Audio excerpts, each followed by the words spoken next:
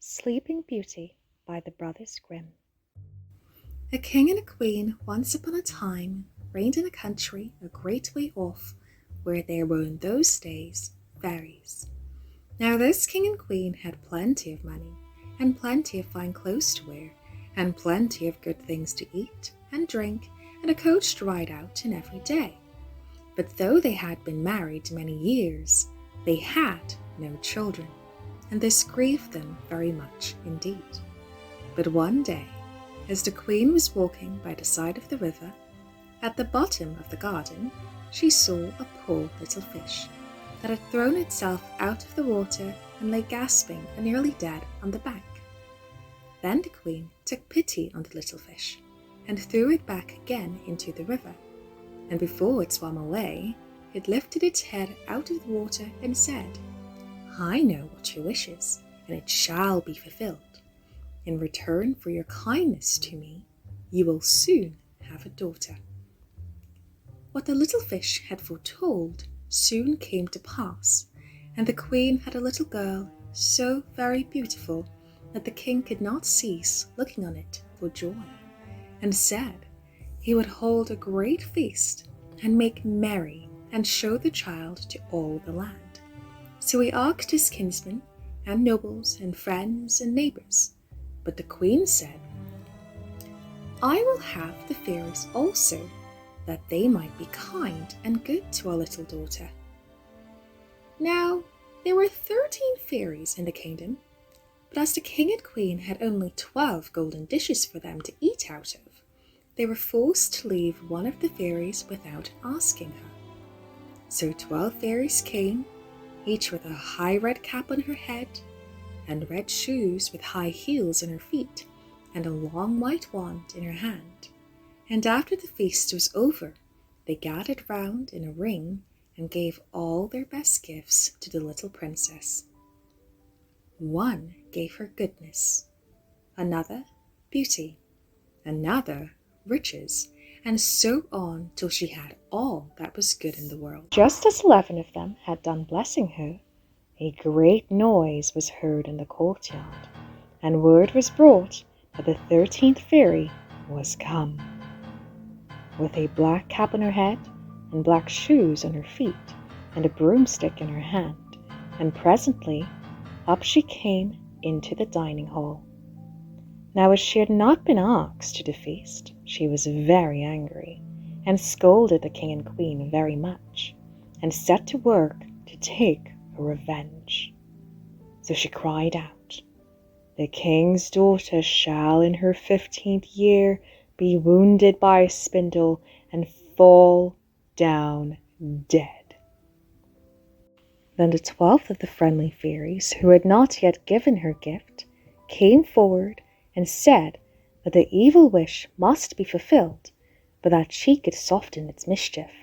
So her gift was that the king's daughter, when the spindle wounded her, should not really die, but should only fall asleep for 100 years. However, the king hoped still to save his dear child altogether from the threatened evil, so he ordered that all the spindles in the kingdom should be brought up and burnt. But all the gifts of the first 11 fairies were in the meantime fulfilled, for the princess was so beautiful and well behaved and good and wise that everyone who knew her loved her. It happened that on the very day she was 15 years old, the king and queen were not at home, and she was left alone in the palace. So she roved about by herself and looked at all the rooms and chambers, till at last she came to an old tower, to which there was a narrow staircase ending with a little door. In the door there was a golden key, and when she turned it, the door sprang open, and there sat an old lady spinning away very busily. "Why, how now, good mother?" said the princess. "What are you doing there?"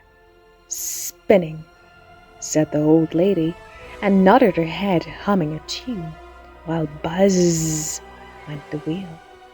"How prettily that little thing turns round," said the princess, and took the spindle and began to try and spin. But scarcely had she touched it, before the fairy's prophecy was fulfilled, the spindle wounded her, and she fell down lifeless on the ground. However, she was not dead, but had only fallen into a deep sleep, and the king and the queen, who had just come home, and all their court, fell asleep too, and the horses slept in the stables, and the dogs in the court, the pigeons on the housetop, the very flies slept upon the walls, even the fire on the hearth left off blazing and went to sleep. The jack stopped, and the spit that was turning about with a goose upon it for the king's dinner stood still, and the cook, who was at that moment pulling the kitchen boy by the hair to give him a box in the air for something he had done amiss, let him go, and both fell asleep. The butler, who was slyly tasting the ale, fell asleep with a jug at his lips, and thus everything stood still and slept soundly. A large hedge of thorns soon grew round the palace, and every year it became higher and thicker, till at last the old palace was surrounded and hidden, so that not even the roof or the chimneys could be seen. But there went a report through all the land of the beautiful sleeping Briar Rose, for so the king's daughter was called, so that from time to time several king's sons came and tried to break through the thicket into the palace.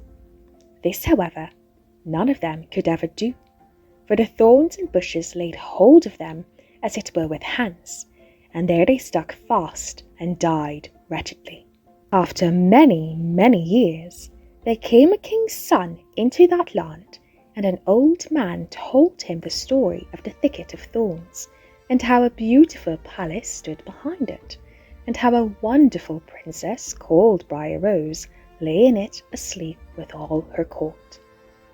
He told too how he had heard from his grandfather that many, many princes had come and had tried to break through the thicket, but that they had all stuck fast in it and died. Then the young prince said, "All this should not frighten me. I will go and see this Briar Rose." The old man tried to hinder him, but he was bent upon going. Now that very day 100 years were ended, and as the prince came to the thicket, he saw nothing but beautiful flowering shrubs through which he went with ease, and they shot in after him as thick as ever. Then he came at last to the palace, and there in the court lay the dogs asleep, and the horses were standing in the stables, and on the roof sat the pigeons fast asleep, with their heads under their wings. And when he came into the palace, the flies were sleeping on the walls, the spit was standing still, the butler had the jug of ale at his lips, going to drink a draught. The maid sat with a fowl in her lap, ready to be plucked, and the cook in the kitchen was still holding up her hand as if she was going to beat the boy.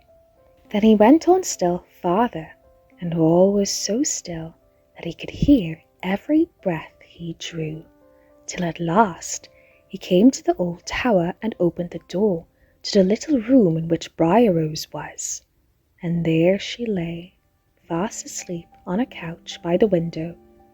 She looked so beautiful that he could not take his eyes off her, so he stooped down and gave her a kiss. But the moment he kissed her, she opened her eyes and awoke, and smiled upon him, and they went out together, and soon the king and queen also awoke, and all the court, and gazed on each other with great wonder, and the horses shook themselves, and the dogs jumped up and barked. The pigeons took their heads from under their wings, and looked about, and flew into the fields. The flies in the walls buzzed again, the fire in the kitchen blazed up, round went the jack, and round went the spit, with the goose for the king's dinner upon it. The butler finished his draught of ale, the maid went on plucking the fowl, and the cook gave the boy that box on his ear.